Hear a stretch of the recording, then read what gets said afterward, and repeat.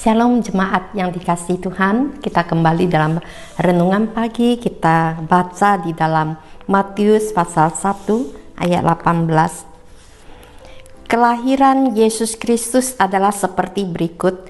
Pada waktu Maria ibunya bertunangan dengan Yusuf, ternyata ia mengandung dari Roh Kudus sebelum mereka hidup sebagai suami istri.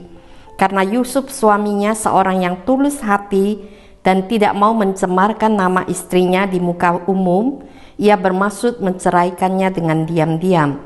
Tetapi ketika ia mempertimbangkan maksud itu, malaikat Tuhan nampak kepadanya dalam mimpi dan berkata, "Yusuf, anak Daud, janganlah engkau takut mengambil Maria sebagai istrimu, sebab anak yang di dalam kandungannya adalah dari Roh Kudus. Ia akan melahirkan anak laki-laki, dan engkau akan menamakan dia Yesus, karena dialah yang akan menyelamatkan umatnya dari dosa mereka." Hal itu terjadi supaya genaplah yang difirmankan Tuhan oleh Nabi, "Sesungguhnya anak darah itu akan mengandung dan melahirkan seorang anak laki-laki, dan mereka akan menamakan dia Immanuel," yang berarti Allah beserta kita. Sesudah bangun dari tidurnya, Yusuf berbuat seperti yang diperintahkan malaikat Tuhan itu kepadanya. Ia mengambil Maria sebagai istrinya, tetapi tidak bersetubuh dengan dia sampai ia melahirkan anaknya laki-laki, dan Yusuf menamakan dia Yesus. Sekian pembacaan firman pada pagi hari ini. Kita sudah masuk di dalam Desember, ya. Kita ingat di dalam Alkitab juga ada satu ayat yang firman berkata demikian, "Tetapi tanpa iman tidak mungkin orang berkenan kepada Allah. Sebab barang siapa berpaling kepada Allah, ia harus percaya bahwa Allah ada dan bahwa Allah memberi upah kepada orang yang sungguh-sungguh mencari Dia." Dalam 2 Korintus pasal 5 ayat 7 berkata, "Sebab hidup kami ini adalah hidup karena percaya, bukan karena melihat." Dari kedua ayat ini juga kita dapat melihat pada dasarnya manusia itu hidup oleh iman. Tanpa iman kita tidak bisa hidup. Setiap hari kita hidup karena iman kepercayaan kita. Kita percaya kepada supir taksi yang membawa kita pada tujuan. Kita percaya kepada dokter untuk menjalankan operasi tubuh kita dan meminum obat yang diberikan oleh dokter. Kita juga percayakan anak-anak kita kepada para pendidik untuk mendidik anak-anak kita. Kita percaya kepada para rohaniwan dalam memberikan bimbingan rohani dalam mengatasi persoalan hidup kita. Beriman berarti menerima hasil dari segala sesuatu yang belum kita lihat, tetapi kita percaya akan penggenapan dan mau taat masuk dalam proses penggenapan iman itu. Hari ini kita telah memasuki bulan Desember dalam suasana perayaan Natal. Oleh karena iman kepercayaan kepada Allah yang penuh kasih yang mengubahkan hidup kita. Peristiwa Natal dapat terjadi oleh karena adanya iman dan ketaatan dari setiap orang yang merespon panggilan Allah dalam hidup mereka. Saat Yesus datang ke dunia, ada 2 orang yang bernama Yusuf yang menjaganya. Yang satu saat ia lahir dan yang lain saat ia mati. Hari ini kita akan melihat Yusuf yang pertama, yaitu Yusuf tukang kayu yang sederhana. Ia adalah laki-laki terakhir di dalam silsilah Daud. Siapa dia? Dikatakan dia adalah anak Daud, keluarga dan keturunan Daud. Ia adalah suami ataupun tunangan Maria. Kristus bukanlah anak kandung Yusuf, melainkan melalui Maria hadiah yang diberikan Tuhan kepadanya. Bagaimana kesaksian hidup dari Yusuf? Ayat 19 yang tadi sudah kita baca dikatakan ia seorang yang tulus hati, seorang yang benar. Tulus dan benar dalam mengasihi Maria tunangannya. Bagaimana pergumulan sebagai seorang laki-laki yang mendapati tunangannya hamil dan bukan dari dirinya. Betapa marah, malu, sedih karena dikhianati. Bagaimana tradisi melihat perzinahan ini? Di dalam Ulangan dikatakan, jika seorang gadis ya melakukan hubungan seks di luar pernikahan, maka dia akan dirajam oleh batu. Yusuf mengerti ini. Dalam hal ini ia masih memikirkan Maria dan dia tidak mau mencemarkan nama istrinya di depan umum. Dikatakan ia bermaksud menceraikan dia dengan diam-diam. Di sini kita melihat kebaikan Yusuf dan ketulusannya terhadap Maria.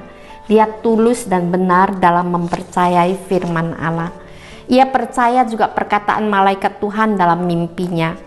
Maria mengandung dari Roh Kudus, suatu kehamilan supranatur, suatu keajaiban atau mujizat, mengandung makna rohani yang dapat dimengerti maknanya hanya melalui firman Tuhan.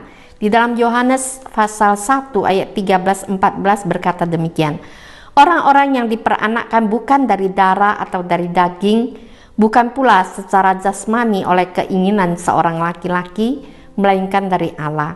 Firman itu telah menjadi manusia dan diam di antara kita, dan kita telah melihat kemuliaannya, yaitu kemuliaan yang diberikan kepadanya sebagai anak tunggal Bapa, penuh kasih karunia dan kebenaran. Kalam menjadi manusia, lahir dari Roh Kudus melalui perawan Maria, menyatakan ia tidak mewarisi dosa. Ia suci, sempurna, dan menyatakan keilahian Yesus. Alasan kelahiran Yesus adalah menjadi juru selamat, penyelamat yang supranatur, yakni menyelamatkan umatnya dari dosa mereka. Dikatakan ayat di dalam 1 Yohanes 5 ayat 19, kita tahu bahwa kita berasal dari Allah dan seluruh dunia berada di bawah kuasa si jahat. Iblis melalui dosa membelenggu manusia. Manusia tidak berdaya dan tidak seorang pun dapat menandingi dia. Hanya melalui kuasa supranatur Allah dapat membebaskan kita dari kuasa iblis. Respon Yusuf dalam mengimani firman yang disampaikan kepadanya melalui malaikat, dikatakan ia segera mentaati perintah Tuhan, mengambil Maria sebagai istrinya, dan tidak bersetubuh dengannya sampai anaknya lahir, memberi nama anak Yesus Immanuel, yang berarti Allah beserta kita. Kesimpulannya, ia disebut orang yang benar karena ia percaya dan taat, seorang yang mau membayar harga karena imannya, mendampingi Maria sampai ia melahirkan dan merawat mereka dapat hidup dan bertumbuh sesuai rencana Tuhan. Menunaikan tanggung jawab sebagai suami yang melindungi dan menjalankan tugas imam dalam ibadah keluarga. Sepanjang kehidupan Yesus bersamanya tanpa ada mujizat, ia hanya percaya akan firman sampai tergenapnya rencana Tuhan bahwa Yesus disalibkan untuk menjadi juru selamat umat manusia. Yusuf yang sederhana, namun oleh iman dan ketaatannya, maka tergenapilah rencana Allah dalam hidupnya. Dia ambil bagian dalam rencana penyelamatan Allah bagi dunia ini. Demikian juga hidup kita. Jika kita mau membayar harga tentang iman kita dan hidup oleh iman dan ketaatan, maka segala rencana Allah juga dapat tergenapi dalam hidup kita.